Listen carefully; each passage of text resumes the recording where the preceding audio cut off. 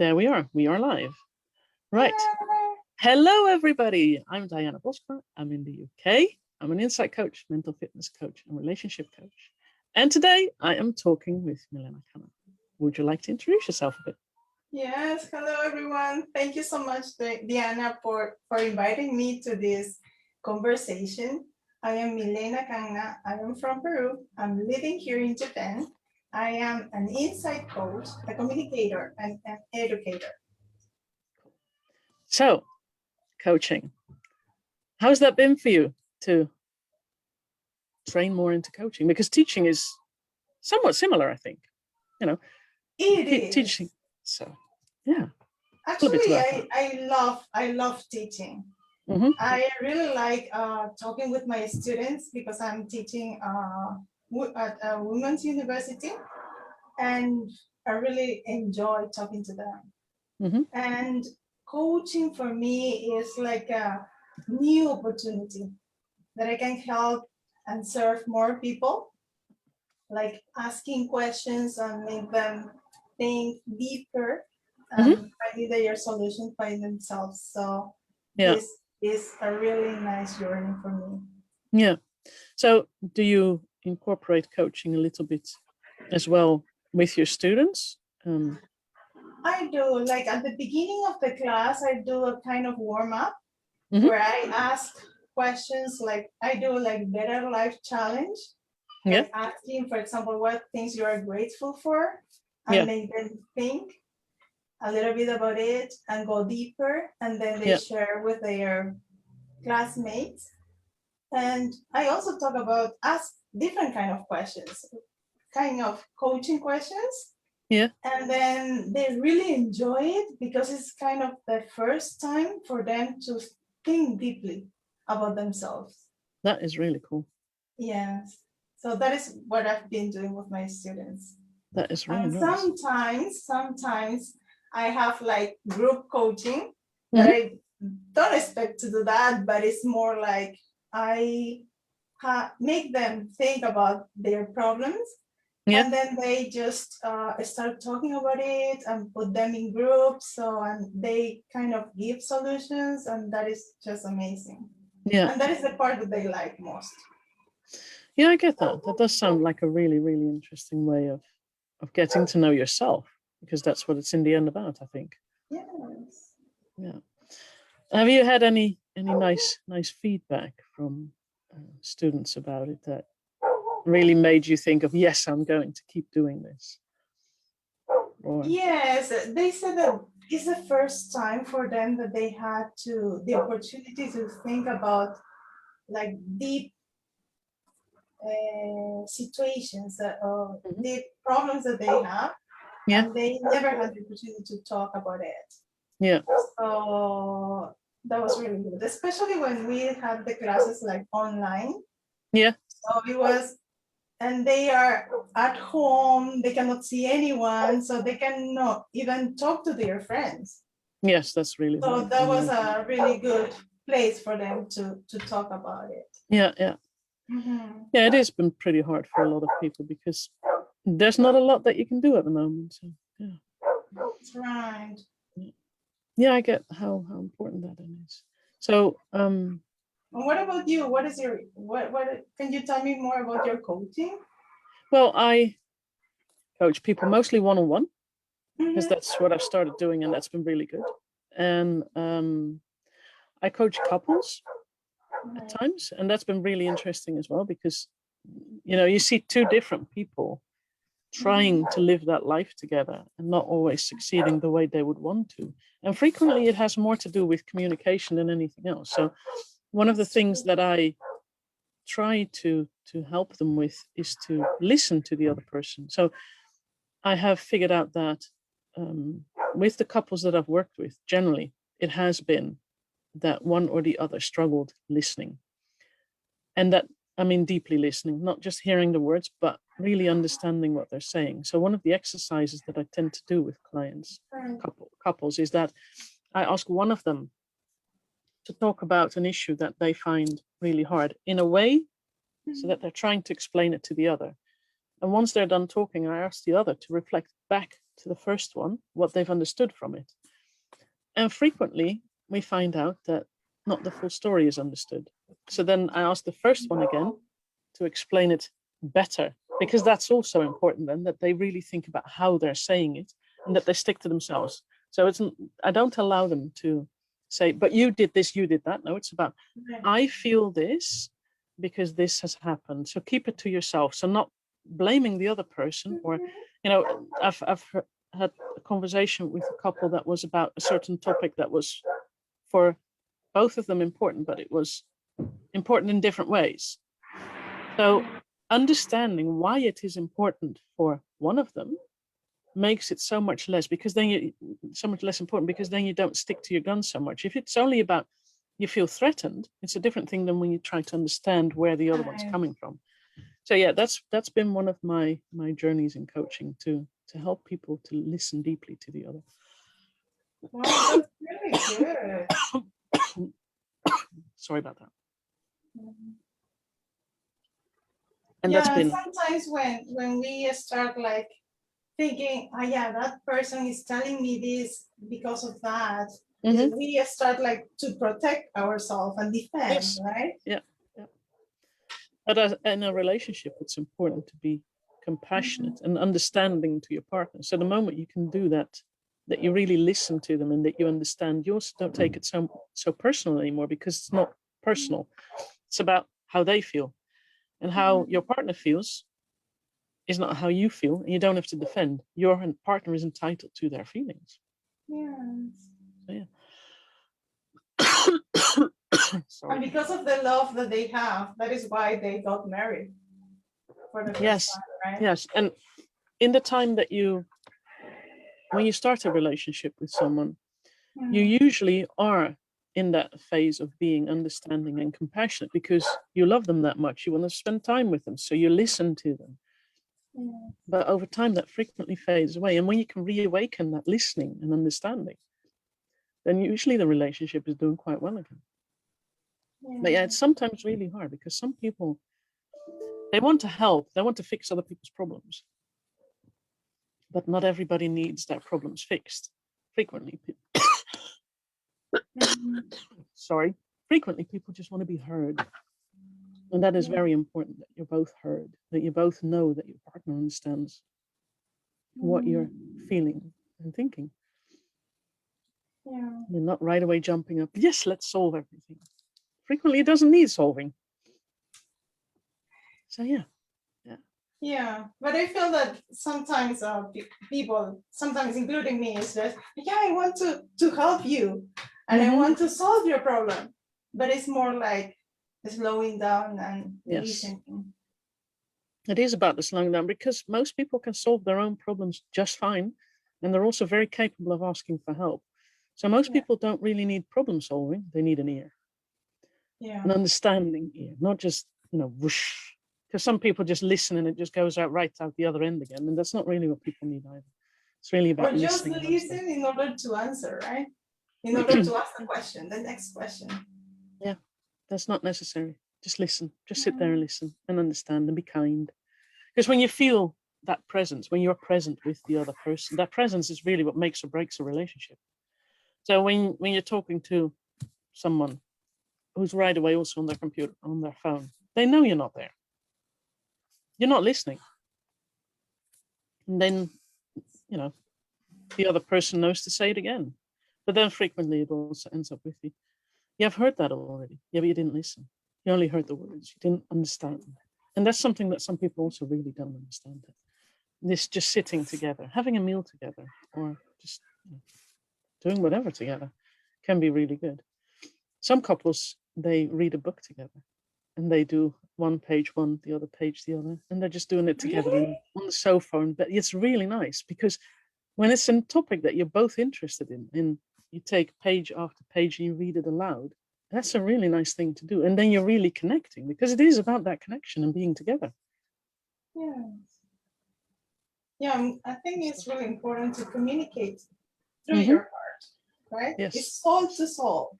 Yes, it is soul to soul. Yeah. When you can read a book together that kind of way, because watching something together is less active. It can be really nice, Hmm. but reading a book together can be really good as well. It has this extra dimension because one is talking, the other is listening, and then that changes again.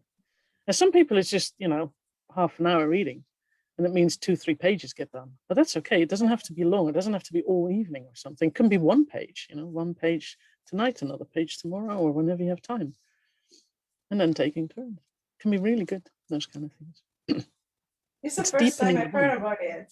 Okay. It can be deepening the bond. It just has a very different feel and dimension than going out together or watching a film together. It's a bit more of that level of that you have a walk together and you talk together, because then you can have very deep conversations as well when you just have a walk in the woods or on the beach or whatever you do, depending what you have near. Yeah.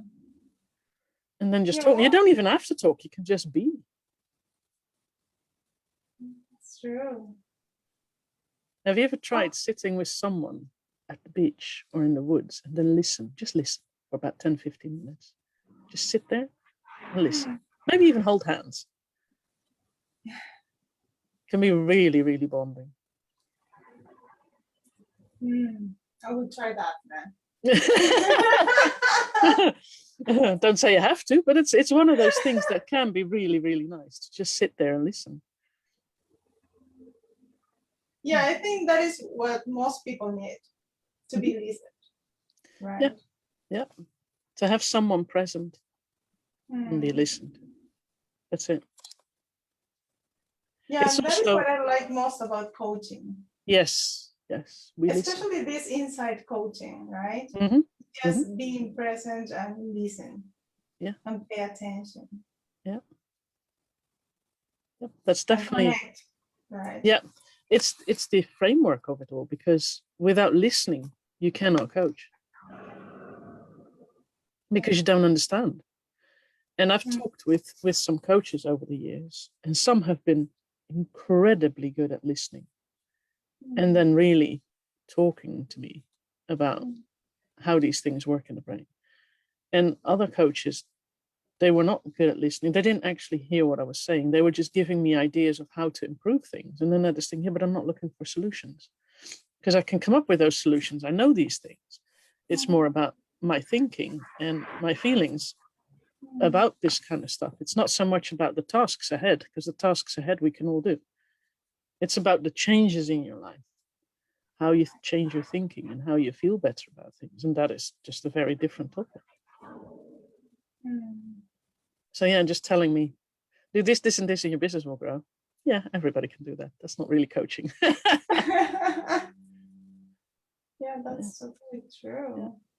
But there are some clients that they want like solutions, right? They want you to tell them what to do. Or there are some, but you can definitely then still have a conversation about how does it feel for you to do it this way, and how does it feel for you to do it that way, or whatever. So you can always go about the feelings, or what are your thoughts, and you can twist that conversation into a deeper conversation. It doesn't have to be the superficial. You do this, this, and this, and your business will grow. That's for most people. That's not really where it's at, because you first have to be in the right place in your thinking processes to be able to grow that business. Without the right thinking processes, you're going to be stagnant, because you just don't have the emotional tools to grow. Because you personally have to grow before your business will grow. Yeah, definitely. Yeah. And that's not just you need to have a clear mind. Yeah. Yes, there's some silence that is very good to be had regularly, to just be with yourself, because that's one thing that people rarely do, is not be with themselves. They're not with their children, not with their partners, and not with themselves. And that's all of that is really, really important, to just be. Yeah. It's been a journey to learn. Yeah. And you said something important, is like having time for ourselves, right? Yes. Normally we are like trying to do many things for everyone, but we are the last one to take care of. And when you get into a plane, one of the first things they tell you is to put the oxygen mask on yourself first before you help someone else. What do we do in the rest of our lives? We don't. So that's been really fascinating to realize as well, that what they tell you in the airplane is something you have to really take everywhere into your life. Because when you're not in a good place, you're not going to be able to be there for others. You have to be with the right energy levels and the calmness and everything that you can create for yourself with being with yourself. And that way you can also be like that with others. Because when you go out there, in your case as a teacher, when you are stressed in front of that classroom, these students are not going to get the maximum out of the lessons that you're teaching them. But when you're there calm, you know, you can be with them. And you may not be able to teach the whole lesson that you've planned, but you can definitely fully be with them. They're getting so much more out of that. Yeah. It's really quite beautiful. It's not even very complicated. It is fairly simple, but it doesn't make it easy to do. But it is relatively simple. Yeah, but you made me think now. I'm thinking that I'm having an inside now. Sorry. It happens. Especially when I'm teaching, it's like, because I need to focus on, I had things to do. Yeah, of course. A lesson plan. Yeah. And sometimes because I need to follow this, I forget to pay more attention to my students. And that is something that I need to do.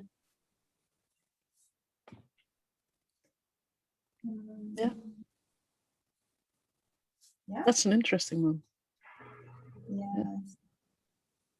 Yeah, you made me think. That's really great. Yeah. Welcome. I didn't plan that. It's just something I've learned over time, that when I'm with people, the whole conversation, whatever I talk about, when I'm really with them and I'm trying to understand them, it all goes so much simpler and easier. And when I'm just thinking about, I need to get this done, it's frequently not getting easy. It becomes more complicated.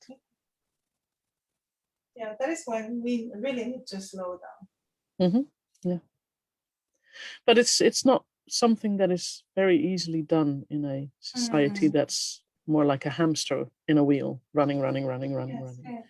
Because a lot of people forget to even listen to the birds, which can be really nice, because then you get a bit of peace. Yeah.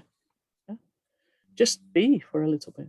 And I think from what I've seen with people that I'm working with, for some people it's also really scary to start doing that, because they've never done it. They've never been taught that. And then the first time you just sit with yourself and your thoughts, that can be hard. Because thoughts may not be so pretty. It doesn't mean you have to pay attention to them. You can just let them go.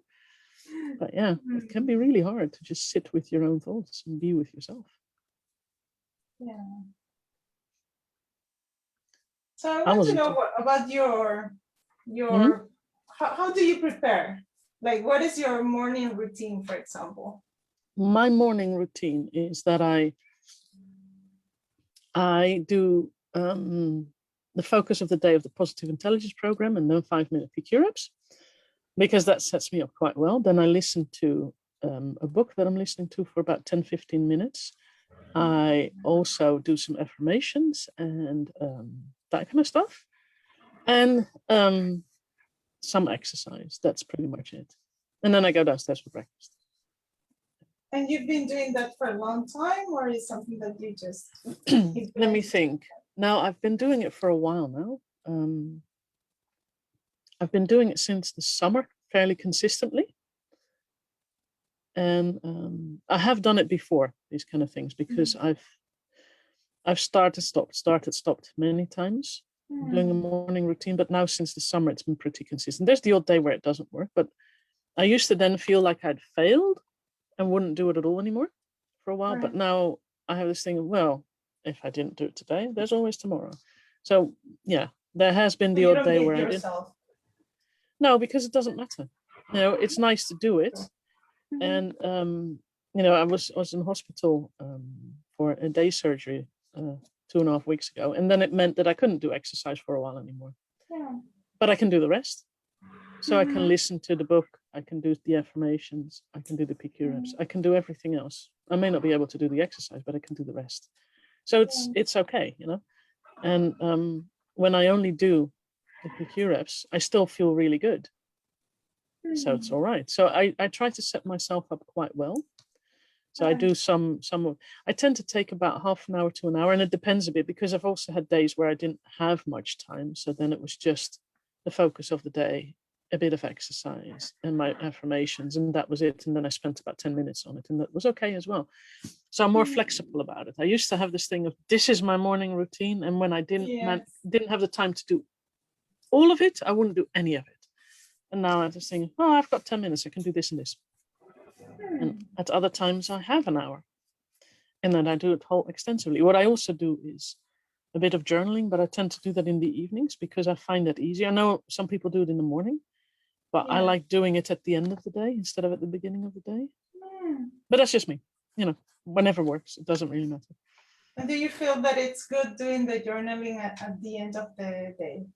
Yeah, I can reflect back on the day. Yeah. So I have a bit of thinking then about what happened, how things happened, what stopped me, what motivated me, all these kind of things. And it helps to create that I understand better how I do things, why I do things, so that I can improve on things for myself. So yeah, I do like doing it. It's been very helpful too. It doesn't even have to be lots, you know, it can just be some random thoughts of this was good, this was not, and this is why. You know, sometimes it only takes me 2 minutes. Other days it takes me half an hour because then there's a lot that's happened. Right. So it depends a bit on where I am in my journey, how long it takes. Okay. That is something that I really want to implement in my life. Okay. The journaling, especially at night, because I feel so tired at night. I just want to go to bed. Mm-hmm. Well, don't wait too long with it. I tend to do it right after dinner. Oh, I see. So I don't do it very, very late because what the thing is, well, not every day. So it depends a bit how my day goes. So when I have most of my work happening during the day, then after dinner. When I have a client or so after dinner, then I do it after that client. But then I do it notes and then journaling, and then that's the end of my day. But journaling is my end of the end of my working day most of the time. I see. Because it's nice to okay. Yeah? No, I thought it should need to be like before going to bed. And for me, that is too late. Well, then don't do it that way because it doesn't work for you. I have had times where I had the last client at 8 p.m, so I was done at 9:30, and then journaling and then bed, because, you know, then that is it. But, you know, other days I have the last client at 4, and then I can really relax in the evening, which is also quite nice. Yeah, it's all however it works out, and I'm good with that. And how do you relax? How do I relax? Frequently listening to a book or some music, and sometimes meditating, because I like all those kind of things. Yeah, it's stuff that I enjoy doing. So it's nothing complicated. I don't really like watching TV much, so that's not something I do a lot. I sometimes with the kids, I sometimes do watch a film because I really do enjoy that, but that's because we're together. So yeah, that's we're all together in the living room having some snacks, and then it's nice. But just for myself, there's not a lot that I find really interesting on TV anyway. So, and there's so many books that are really great. And there are a few things. I've watched a couple of things that were really good, that were more about personal development. So I will watch those things, but then on my own terms, on my laptop usually, I won't watch that in the living room. No point in that. I don't have to expose the whole family to the noise of the TV then. It's just me who's interested. So. Yeah, there's some stuff out there that's really nice. And I do like listening to podcasts and things like that as well. So yeah, it's that kind of stuff. And you? Do you have a favorite, I don't know, Michael Neal person that you follow, or you? Michael Neal. Sorry? Michael Neal. Michael Neal. Mm-hmm. Yeah, he's a coach that I really find interesting. And he really has. He's got a really cool podcast. I'll share it with you. Yes, please send me the link. I will. It's through his website that you can get there. So it's good. Yeah, it's really interesting. He's fun. Yeah, it's not very long either, so that's always good. You know, I like podcasts that don't last for hours. When a podcast lasts too long, I have this thing of, well, I might nod off while while I'm listening to this. So yeah, shorter ones are better for me. Yeah, definitely. Because when it's too long, you don't know which ideas you're going to get from there. Yeah. And with the journaling, when you do it in the morning, that's also an option. Frequently, it is that people talk about what happened the day before when they do it very early in the morning. So that's also an option. You don't have to do it before you go to bed. Do it when it's right for you. Right. Well, I tried to do in the morning. I was reading a book, The Artist's Way. I don't know if you've heard about it. No, So it was like journaling. The first thing to do in the morning is just journaling, but it's writing like 3 pages. I did it. I think I did it for 2 weeks, and then I know that is too much. I don't go for quantity or anything. Yeah. I'm just journaling about what goes on in my head. And sometimes it's a lot, and sometimes there's hardly anything, and it's both good. So sometimes I only have 3 phrases, and I'm good with that, because the next day I'll have more, and if not, then the next day.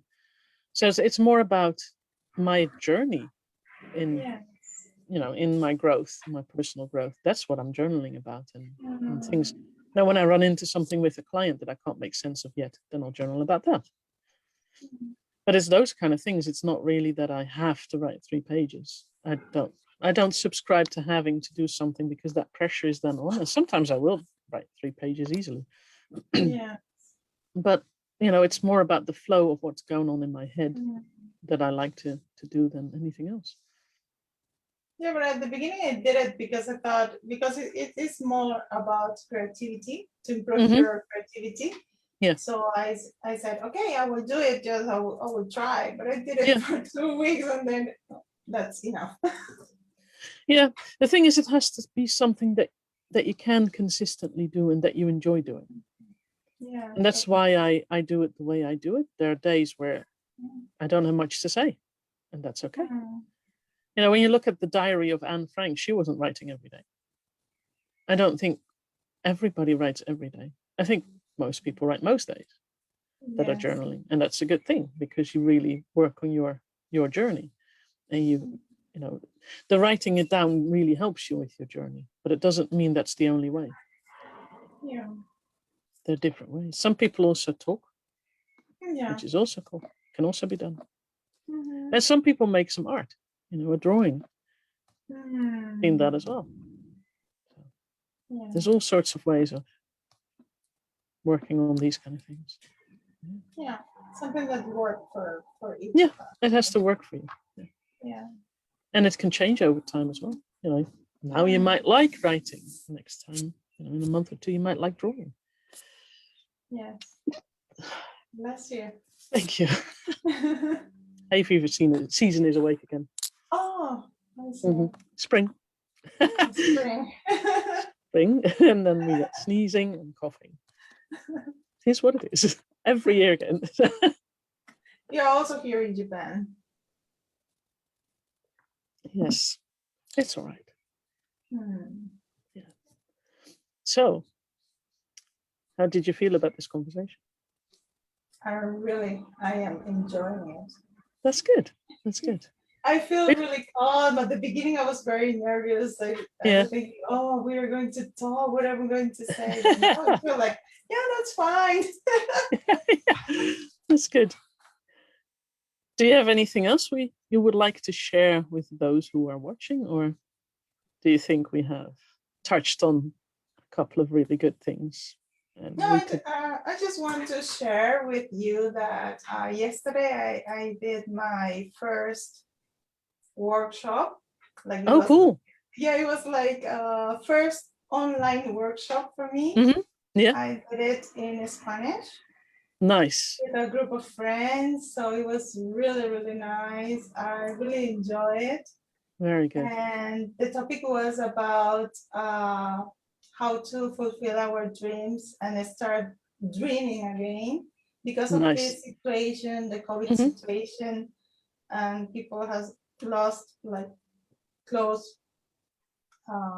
family members, so it's really hard to keep dreaming. So it was like to give hope to the participants, and they were mostly my friends and acquaintances, so it was really, really nice. That's great. I had a really good time with them. Very good. You're going to do it again, a workshop?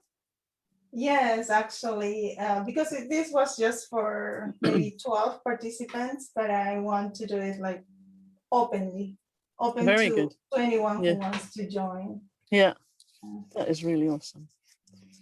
Really good. Giving people hope is where it's at. Yes. Yes. Yeah, very nice. I had a very great time. It's something that I just wanted to share with you. Yeah, no, that's good, because now we also have the situation where maybe someone who's watching this would want to join you the next time you organize a workshop. So how can they contact you? Yeah, they can find me on Facebook. Cool. Milena Kanna, and I'm going to be there. Okay. Cool. Whatever they want to. I will tag you anyway in the description of this video, so they'll be able to find you. Thank you so much, Diana. I really enjoyed talking to you. Yeah, it was really cool. Thank you for joining me. I really enjoyed doing these talks. So, all right, shall we maybe do it some other time again in a couple of months? Would you like that? Cool. Yeah. All right, then herewith, the viewers know that you will be on again. Shall we leave it at this for today? Okay. Thank you so much, Diana. Okay. Thank you. See you next time. Yeah.